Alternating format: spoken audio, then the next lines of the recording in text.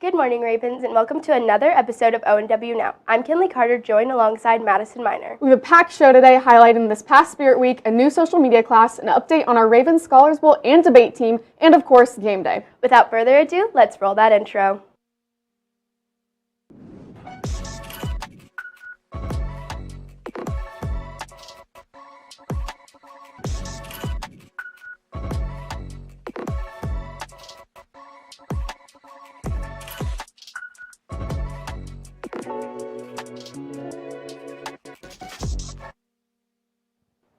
As the regular season wraps up this weekend, our debate team had a spectacular season. ONW has won 23 medals so far. 7 students have qualified for state. Connor Chaffin and Joseph Higgins placed first at 4 different tournaments and have shattered school records. Good luck, debate, as your season comes to a close. The ONW ASL Club recently opened an online fundraiser to sell finals Good Luck goodie bags. Gada Bashtawi has more on the story.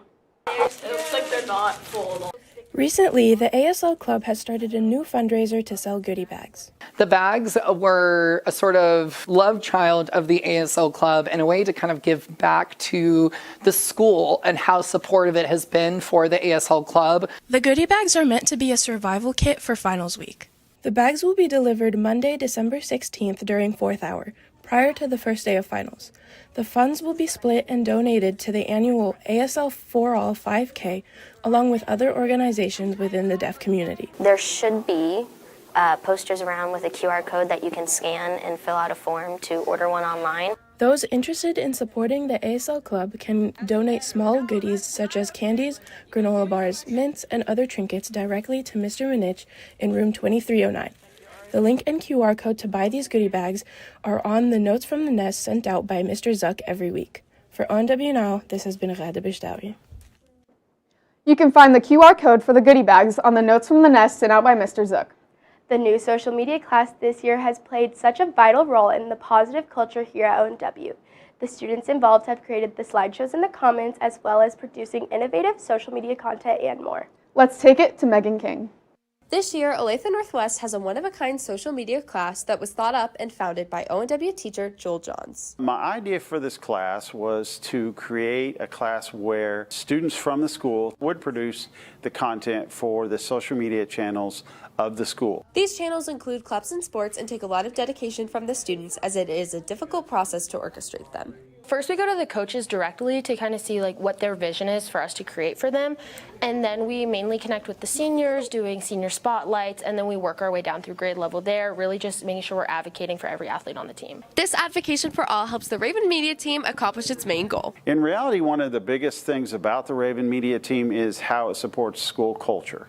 We feel if we feature someone in girls tennis or in band, that is very important. Another way that the Raven Media team accomplishes creating this supportive environment is by picking up projects around the school. The Common Slideshow was an idea that came down from Principal Zook. It's really all about trying to find a place where we can create visuals for the things that are going on in the school. It's really important for the school's atmosphere for us to highlight all clubs and organizations, because there may be a student who feels really lost at the school and doesn't know what to join but wants to get involved. The Google Slides and graphics that the Raven Media team works on help these students get involved. For the Raven Network, this has been Megan King. If you're interested in joining the social media class next year, be on the lookout for more information. On Tuesday night, our very own Raven Scholars Bowl team brought home second-place medals from their competition in DeSoto. Congrats, Ravens, and good luck the rest of your season. Switching gears, Team 1710 has been working extremely hard and received their biggest donation yet. Let's take it over to Garrett Foster to hear more about this generous act.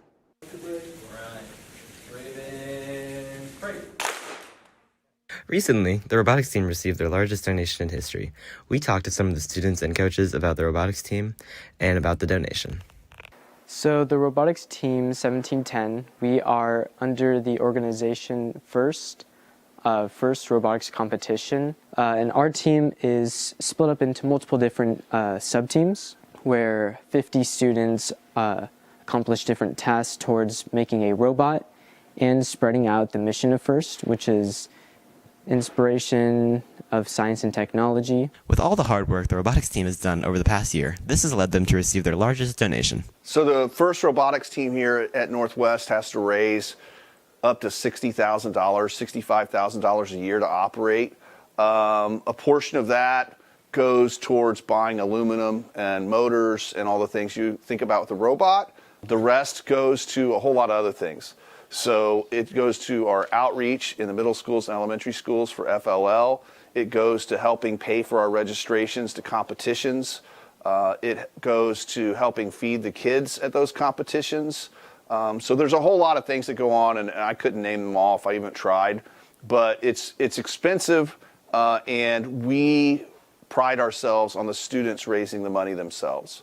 The donation is from the Fraternal Order of the Eagles of Olathe, whose main goal is to help kids in the community. Well, the money will be used for what the kids want to use it for. So 1710 is a student-led group, and the students budget and run the entire team. So we have mentors and coaches who advise them and try to nudge them one way or another, and oftentimes they decide to do what we say, and oftentimes they think about what we say and come up with something that's far better. So the budgeting and all those things, there's mentors that help out with that, but they decide what and how much to allocate to whatever area of the team. The robotics team puts in so much hard work, and we're incredibly proud of you. For the Raven Network, this has been Garrett Foster. If you're interested in supporting these future engineers, you can check out their website at team1710.com to learn more about the mission and activities. Now let's send it over to Jackson and Deegan for game day, but before that, we'll have a short commercial break.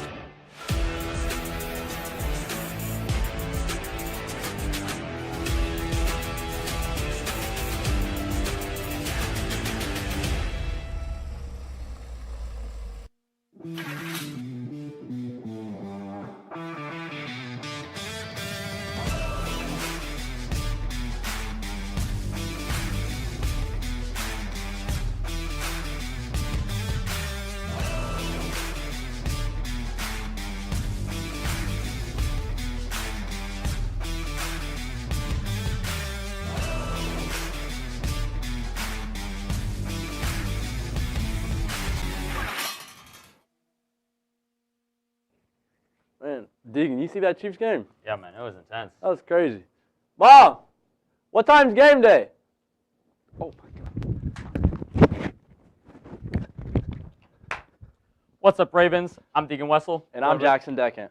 Welcome back to game day. We are super happy to see everyone again. That's right. We got so much lined up for you guys today, from the new tennis courts to cheer state performance. We've been waiting all week for this, so let's dive right in. Starting off, our Lady Ravens took on the Jaguars of Blue Valley West on the court, and they won 44-34 and dominated the whole game. The Ravens ended the first quarter tied with the Jaguars 11-11, and the Ravens took the lead at half 19-15 and didn't look back. The Ravens ended the third quarter 31-26, and the final score was 44-34 to get their first win of the season. The Ravens play again on Tuesday in the DeSoto Hardwood Classic at 5 p.m. Good luck, and make sure to be there to support your Ravens. We have boys swim and dive placing first of 11 teams at the Topeka Invitational. The medley relay of Connor Mapes, Josh Bond, Spencer Lynn, and Brian Branstrom placed second and qualified for state. The boys 400-meter relay team of Clement Saint-Blois, Connor Mapes, Brian Branstrom, Spencer Lynn won first, qualifying for state, with Spencer making a comeback of half a pool length in the final leg. The 200-meter free team relay also took second. Individually, Brian Branstrom, Connor Mays, Spencer Lynn, Clement Saint-Blois, Keenan Yin, and our very own Jack Manvids all medaled at the meet. Great job to all of our boys. Good luck at the Olathe Invitational on December 14th. Moving on to wrestling, yesterday the boys had a duel against the Olathe West. The Ravens won the duel with a score of 42-31. 7 out of the 11 Raven wrestlers won their matches against Olathe West. The highlight of the night was Raya Jones pinning the 5th-ranked wrestler in the state, helping secure the dub for ONW. The boys in blue had an incredible performance last night and are looking to continue with their winning ways. Wrestling season kicked off this Wednesday with a big win over the Olathe West Owls, but most people don't understand the challenges of a sport as a whole. Let's send it over to Oliver Christie for more on what makes wrestling one of the most difficult sports offered at the high school level.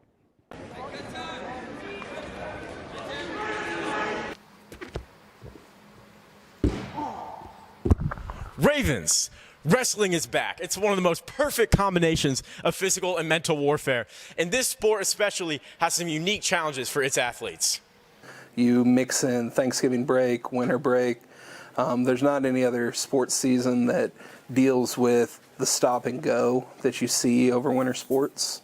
You couple that with just the intensity of the workouts, makes it really tough. Adding on to this already challenging sport, there are multiple new scoring changes featured at the high school level this year. Takedowns, which traditionally have been worth 2 points, are now 3 points, and you can now earn 4 points on near falls. More points means more scoring. More scoring means there's going to be more opportunity for tech falls. Matches are going to get over faster. It's going to reward those athletes who are more aggressive out there. The changes made to this challenging sport are undoubtedly going to make this a season to watch. Good luck to all of our Raven wrestlers. For the Raven Network, this has been Oliver Christie. As you may know, ONW just got new tennis courts. These courts will help players improve their skills for years to come. Let's send it to Andrew Bowles to learn more. New tennis courts were just built near ONW. These tennis courts will be used in the upcoming season and will be very beneficial to not only the team but also anyone who hopes to get some time on the court. The new ones, they built like a really thick concrete pad, and so the ball's just going to bounce a lot better. A couple of the old ones too were very uneven, and so now they're just going to be flatter. So they're better in basically every possible way. The new tennis courts being brand new, it just makes the ball bounce a lot more like it would in a real match, playing on better courts during practice or whenever we're playing on them. On the old ones, we hit dead spots and mess up our rallies. These improved playing surfaces will come with higher expectations. They'll affect it really positively, especially because where we play and how we play, it'll just translate to consistency. And especially with how the old ones were, we'll be able to play matches and practice smoothly now without having to deal with any other outside elements. These new tennis courts will be open to anyone at any time, so I'll see you at the courts. This has been Andrew Bowles for the Raven Network. With the basketball season swiftly approaching, there have been some changes taking place on the freshman boys basketball team.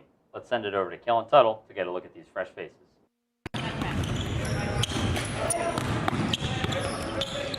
Basketball season is starting up, and with that comes new players and coaches. I got a chance to talk to Coach Waters about his new position with the freshmen. I got a little brother here right now, Nick Waters. He's a senior, and these past couple years I've been up at college and I haven't been able to watch any of his games. And so right now I'm student teaching, and I've always wanted to coach basketball. Last year they only had one coach for freshmen, and that was like 20 guys between the black and the white team. Some former players give their thoughts from last year. I thought practices were very fun, but at the same time, you know, it's hard for one coach to focus on 18 different guys. Last year, we did a lot of scrimmaging, which, I think it helped for in-game experience, but overall, I don't think it did a lot. Coach Waters shares his expectations for the season. Whether we go undefeated or we lose every game, as long as we get better throughout the season, that's really what I care about. Obviously, winning is going to make the season more fun, so that's obviously the goal. But obviously, just having fun with the kids, making sure they're having fun with basketball, and then developing them so that in the future they're playing on sophomore, JV, and hopefully varsity. Coach Waters and his players are excited for a fun season. Make sure to come out and support your Ravens. This has been Kellen Tuttle from the Raven Network. Over Thanksgiving break, our cheer team made a deep run, accomplishing third place at state. Let's send it over to Isaiah Wallace for the rundown. The Raven cheer team has had an amazing season, full of laughter, tears, and perfecting their pyramids. Over Thanksgiving break, our Raven cheer team headed to state and took home third place. I had the opportunity to sit down with some of our cheer team and discuss the amazing accomplishment. We start in August, and when we do our first run through in August, it is kind of a train wreck, I'm not gonna lie, because we don't fully know everything that's happening. I mean, we do, but like just slowly making these tweaks, because we've had people come in and help us. We've gone places and got help, and so just slowly building up all of these tweaks into making this full routine. It's just awesome. It's been a really fun season because we've had so many new freshman cheerleaders on the state team than we have in years past. So having our seniors who have been doing this for so long get to teach them and show them what state is like and what it's like to compete at state has been really fun. Having a bigger group is really fun too, because we can do so many more things than we can with a smaller team. So getting to watch my seniors lead the team has been really cool. This year we have like 30 girls, so this is the first time we've like maxed out for people on the mat. So that's exciting, and I think this year we just have a lot of positive energy, and we have a lot of new people that are new to state, but it's been fun trying to show them the ropes and get them used to what it's like competing at this level. It's been a really fun season because we've had so many new freshman cheerleaders on the state team than we have in years past. So having our seniors who have been doing this for so long get to like teach them and show them what state is like and what it's like to compete at state has been really fun. And it all led to this. A huge thanks to all of our cheer team for the amazing accomplishment, and a huge shout out to our seniors for always cheering us on throughout the years. And as always, go Ravens! Congratulations to cheer on taking third. You guys cheered your hearts out and did not disappoint. And now let's take it to James to see how our dance team did at state.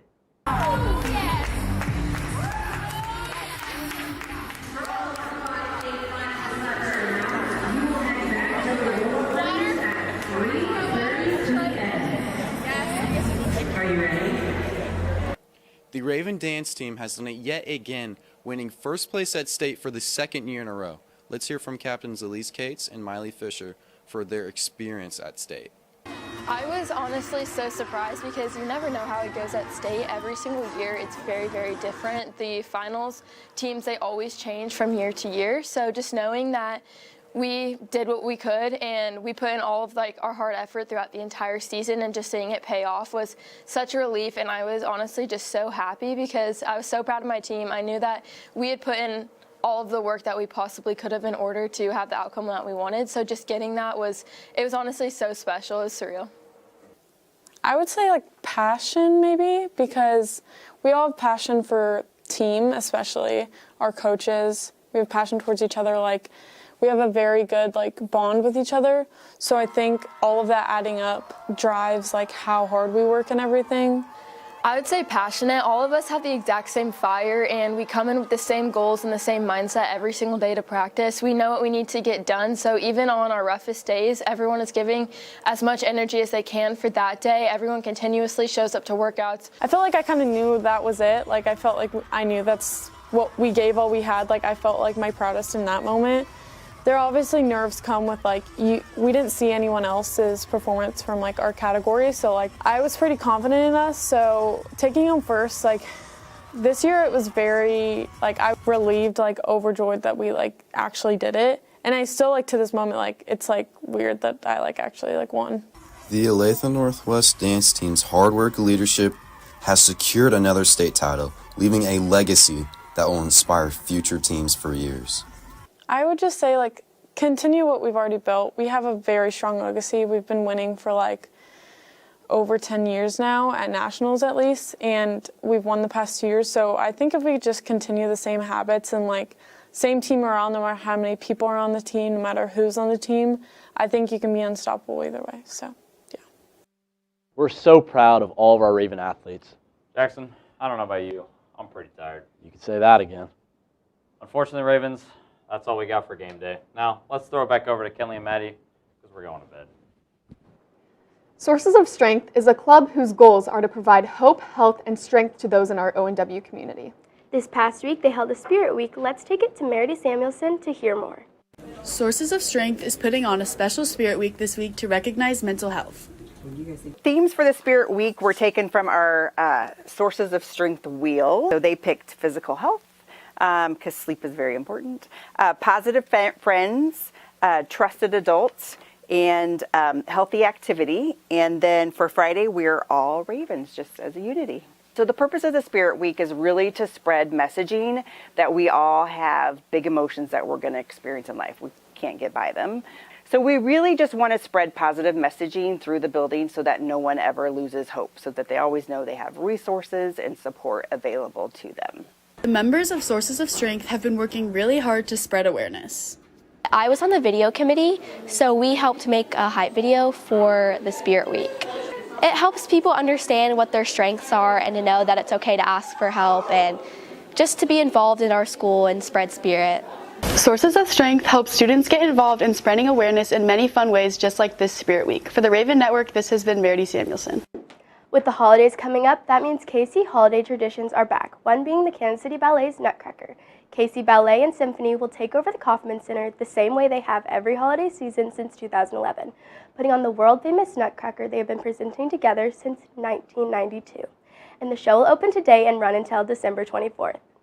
Our musical art students have an upcoming competition to show off their skills. Let's take it to Lucia Volante to learn more about it.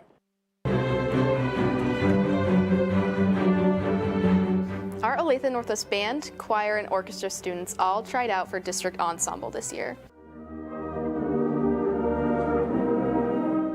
Earning a place in this is a big deal for any musical arts student. So district isn't really a competition. It's more of kind of like a solo competition. You go for yourself, you go to get better for yourself. District tryouts are held at Gardner Edgerton, where judges are behind a curtain. Go in there, you get one take, you just go through the music, and if you do good, you do good. If you do bad, you do bad. Even with the pressure, ONW students continue to play and sing amazingly.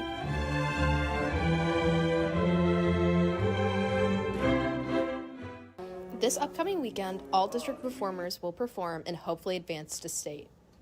So based on your scores in your audition and based off your scores in district, you are able to qualify for state, and then that's just a great opportunity, and I hope that I make it this year. Since these tryouts are such a big deal, there can be a lot of pressure. Luckily, the ONW students are confident. There's a whole bunch of kids coming from Northwest this year. I'm just glad that I get to be a leader. For the Raven Network, this has been Lucia Volante. Now back to the desk. ONW is filled with such talented students. To see more information about these concerts, check out the ECKMEA website. Unfortunately, that's a wrap on the show today. Tune in next week for another great show.